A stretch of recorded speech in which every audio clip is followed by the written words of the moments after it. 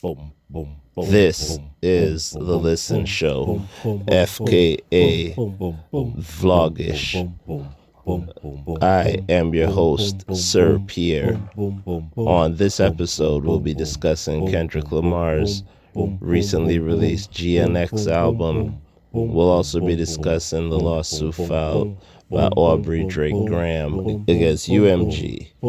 This is all jokes and entertainment. I do not do no research. Please do your real research and Googles. Come here for the laughs and the giggles and talking shit. Enjoy. Welcome. Kendrick Lamar decided to drop a surprise album for my birthday. And I'm no music critic, let's just be very clear, but I'm going to voice over this clip. I'm really saying a lot of nothing over here during my quote-unquote review. This is before my early impressions of the album. I listened to it about 3 or 4 times at this point. This is even before the Squabble Up video came out. So I'm going to dedicate a future episode to an in-depth review of the album. But for now, let's get back to what it was. Here comes bitch-ass Drake. Once again, pulling from his mother's heritage side and bringing up this lawsuit, claiming that his company that he works with inflated the numbers for Kendrick's single using tactics that I'm sure he's aware of because his teams used them, and he's curious as to how this record received the placement that it did. Then there's a second piece, the defamation portion is interesting to me. And I'm not here to break down the legalese of the case. There's a lot of YouTubers out there. I think if you stumble upon my little fucking channel talking about Drake and Kendrick, you've probably exhausted the rabbit hole. So, 1, how the fuck is your weird ass here? And 2, thank you. Please consider subscribing. But I think this is a move by Drake to get out of his contract. You know, like I think that slave deal that Kanye talked about when he was going on all of his rants and discussing how the companies and all the money that was offered to him, and he did mention in that, like that remix, that, you know, Lucian, where's your slave, it's a slave deal, etc., etc. I think that when Drake received the contract offer that was presented to him, the same way it was presented to Kanye decided to walk away from it.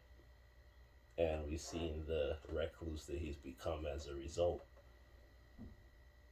Drake walked into it and accepted that deal. And now, I think he's trying to use this as his moment to come out from under this massive amount of debt that he has, and realizing that he's unable to recoup and that he'll have to be working his entire life for that 300 million, 400, I don't know the numbers. Do your Googles your fucking self. This is not a research show. There's just a nigga talking shit. But, like, it's a weird evolution. Like, we're going straight to this era of no consequences, you know? Like, beyond the rap part and everything else, just like as human beings, like, how do you instigate conflict? Start it off. Because let's not forget, like, this all started with first person shooter. You know, I'll go back further, like, you know, there's other songs and pot shots and all that other shit. But the timeline is first person shooter, then Like That, then we've got Push Ups and Tailor Made drop back to back. Then Kendrick responds. Then you've got Drake accusing this man of beating his wife, of his business manager, fathering his child, all this other salacious shit. gets obliterated with with a mixtape with an EP's worth of diss songs over the span of a couple of days, and it was just a beautiful time in hip hop. And now here comes what was the biggest superstar deciding that, you know what, I'm going to use this moment to try to get out of my contract. And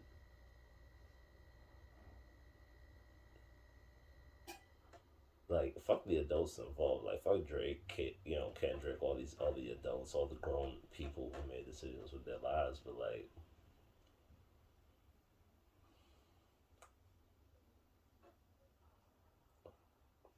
the troubling part of all of this, because Drake, he's gonna get away with this. Life's beautiful. He's gonna be perfect, assuming he doesn't commit suicide, right? There's way more Drakes than Kendrick Lamar's in the world, and we're all gonna, on the macro level, we're gonna laugh at it. We're gonna clown Drake. We're gonna say, "Oh, Drake's soft. He's a punk. He's all this other shit." But far more people are the type to instigate and start problems and then seek protection than the type to try to avoid these things and to try to not unleash their full wrath upon others.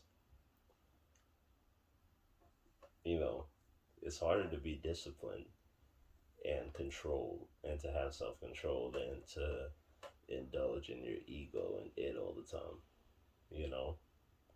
And I think that I hope that we're gonna start seeing more of you motherfuckers moving towards being Team Kendrick and being self-disciplined, being about family and community and your own culture, whatever culture that might be.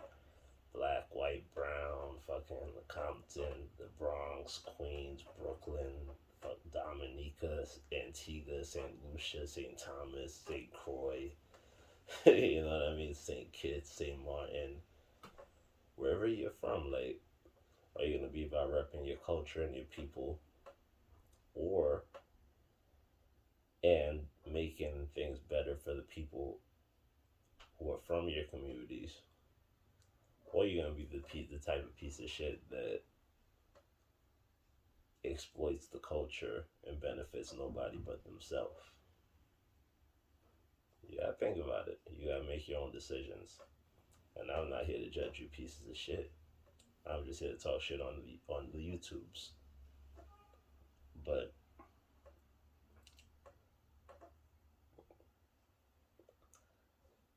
I'm curious to see where we go from here.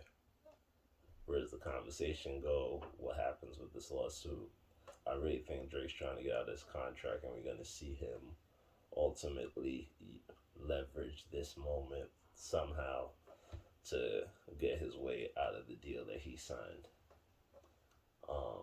But in the meantime, those of us that appreciate good music and appreciate the moves to unity and bringing together different disparate sets of individuals that Kendrick's doing. And much like my sex life, the build-up builds to an unsatisfying climax. I don't know how to outro this shit. I'm going to continue drinking and smoking, and then we'll continue vlogging shit. Thank you for joining us.